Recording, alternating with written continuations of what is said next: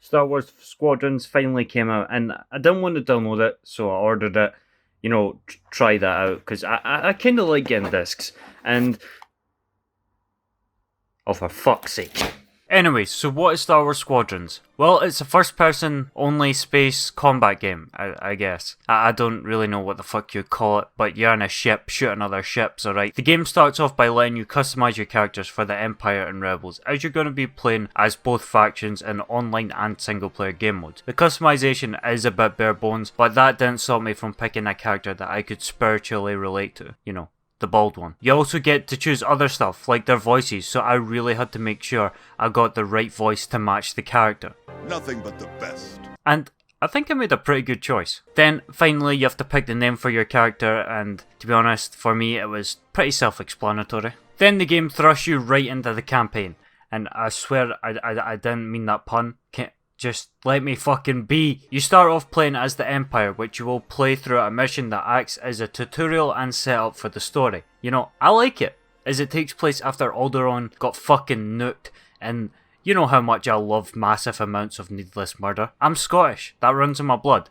Then again, I guess that could be said about any other nationality, but fuck off. So how is the campaign? Well, you play as both sides, the cool guys and the pure fucking gimps, jumping from side to side playing on both sides of the war. But this time it's no your typical, oh no, I'm actually working for the bad guys? Whoa, no. And then they switch sides after they see the Empire kill a ladybug or some shit. No, for once it's no like that, and I fucking love that. It has you playing two different characters that you customize at the start of the game. In terms of the story, it's alright, I guess. The main characters and plot are all pretty decent, but where I was let down is your fucking crew, as all of them, apart from this dude and Asian Jon Snow, are just so forgettable. Especially when coming from a game like Star Wars Republic Commando, because your teammates in that, they're just pure fucking chads and actual funny, likeable characters. Like, I'm sorry, but what the fuck are you? And alright, Hardman, what are you, the lizard version of the fucking Joker? Until I got that pesky death mark, of course. How was I supposed to know that painting was fake, huh?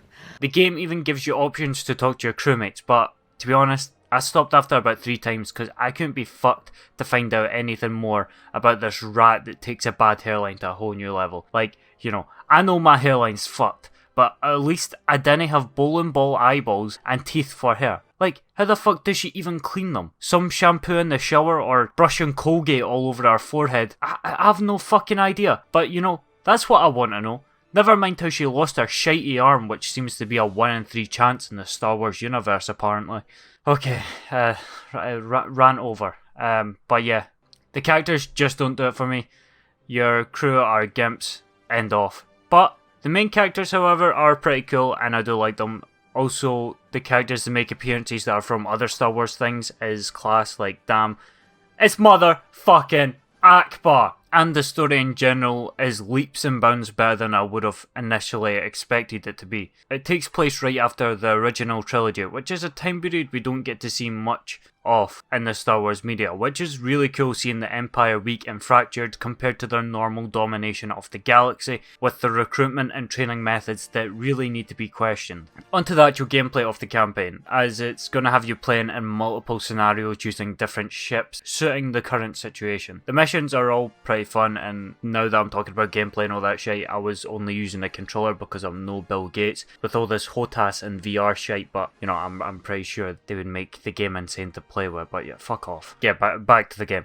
The gameplay is really solid, however it does take a lot of learning if you can't fly like me, although I hate to admit I'm probably the shitest pilot in the fucking universe. But the game slowly introduces new mechanics and harder fighting situations progressively throughout the game, doing a good job of not completely over bombarding you with information that you just decide to give up and apply for a pilot in the real world because that'd be easier. The gameplay progressively gets better as you get better. I started off like a dementia patient looking for some corned beef flying around in circles spraying all my lasers like my morning piss, but the more I got the hang of it, adjusting speeds and your power management as you divert power to your engines, cannons or shields, it started to become so much more enjoyable, feeling so rewarding to get kills and pull off cool maneuvers. I think overall the campaign is a nice experience if you're into the deeper Star Wars lore and you like ship combat games. games, with it having a good enough story to keep you going. I will say, however, even though the campaign surprised me, I did find a lot of it very unambitious. Like, the hub area is one of the most disappointing aspects for me. Yeah, sure, it works, but feels so dated and like it could have been done so much better. So pretty much the hub is a point and click adventure. You see something, you click on it, right? I guess this was probably made with VR in mind, but fuck off VR! You take away everything from us and you're still shite! Sorry. It would have been so much cooler to have an open third-person hub which you could run about, and it would have actually made sense for having player cosmetics, as you can actually see your personalised character other than when an online game ends. All I want to see is my bald head. Is that too much to ask? Also, this complaint kind of applies to multiplayer maps as well, but fine locations are all pretty boring and underwhelming. They look good, but in terms of design, you know, I get you're in space and shite, but I would have liked to see more structured locations, like flying through Bespin, dodging buildings in a class dogfight. Obviously, still have the more open maps, but have these really unique maps as well, because all the maps are really just open areas with some debris and every asteroid known to man shoved on there, and it's alright, it works, I guess, but there's no cool shit like fighting in the trenches of the Death Star, and obviously I know why you can't do that because that shit went kaboom. But, you know, it's mainly for an example. Sorry, I'm just a little bit let down in this area. Also, I guess this is left, but for dogfights you go like 1 centimetre out of the fucking bounds. You're fucking dead. Like, what the fuck? I'm in the middle of a dogfight and the fucking air kills me.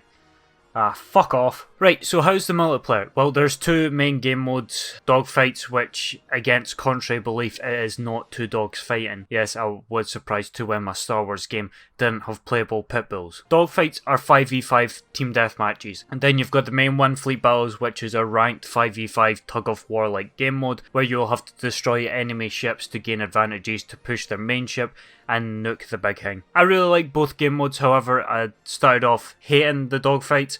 As to put it simply, I was shite, getting proper bullied, and I felt like I was just flying everywhere, and I was just getting shot in the back, and that was fucking it. But then when I started to learn the ships and the proper controls, I really started to enjoy it to an addicting degree. I just wanted to keep playing match after match. Even the games I was getting annoyed, I found myself playing another game. Also, customizing my ship to my playstyle made it feel so much more satisfying when my setup actually worked, as I pretty much made all my ships fast as fuck, you know, because I love a speedy boy, but it did pretty much make me the Star Wars equivalent to Amir Khan. The game has also got progression, which is pretty much the bare minimum. It is nice to level up, and really the thing that's going to keep you playing is customizing your ship to your own ability rather than, you know, like COD, just that addicting, grinding nature. The progression, you earn credits which you can buy cosmetics, or you can earn these like blocks, I have no fucking idea what they are, which you can unlock different abilities for your ship, like a new engine, a new hull, or new cannons, and this shit is really cool. They all come with their unique benefits, playstyles, and downsides. The game has 4 main ships on both sides, which are all got their standard roles, like your first ship, which is the basic bitch, you know, good at everything. Your second one, which is a big bomber boy, you know, he's there to blow up shit. Then you've got the Interceptor, which is really agile and nimble, and it's just one fucking fast boy, and I fucking love them. And finally, you've got the support ship, which can give your team resupplies, help them out, and just play a more supporting role, which is really good for the fleet battles, where, you know, you need those more resources and a little bit of support there. And I really like these classes. Although, again, I want to relate it to this game's lack of ambition. Like, I really hate to say it because, yeah, this game's unique and it is good to see us getting a game without microtransactions and all the shit that goes along with it, but there's only 8 ships, which again, it's alright, but it feels like they could have just done so much more. And it's the same with the maps. I just feel like there's a lot more they could have done with this game. And I appreciate it's the lower price tag, and I do enjoy the game a lot. I really find it addicting. But it's just a shame because I feel like it could have been so much more. And the part that kind of worries me is, obviously it's a good thing there's no shop in the game. They might add it, and you never know. But if that means we're not going to get post-launch content, I'm going to be really fucking disappointed if this is just what the game is. You know, the maps and the amount of content we've got at launch just isn't going to do it for me for playing more than a month. But, because it's a shame. I really fucking like the base of this game. And I don't normally like flying ships and planes and shit. So they've done a really good job in making that a fun experience for me. And the game looks good. The game looks good. I don't think it looks as good as Battlefront 2, but the colours are nicer. But it doesn't look bad by any means. I don't know. I feel like the game has a really, really good solid core to it. But then it does the bare minimum to add everything else. And I feel like that underwhelms me a bit. But it's still a great fun game. If you like Star Wars, if you like the ships, you're going to have a good fucking time. If you like a high skill ceiling and really getting fucked the first time you play it and really having to learn and customize your own ship to your own playstyles, if that shit gets your blood flowing, this game is perfect for you. But I really hope they add more shit and they just keep adding to this game, because this could be a truly special and unique game. And that's it for the video, because, like, to be honest, I finished the script like 12 minutes ago. I couldn't be bothered writing more, and this is the end of the fucking video. So get the fuck out. The game's decent, right? There you fucking go.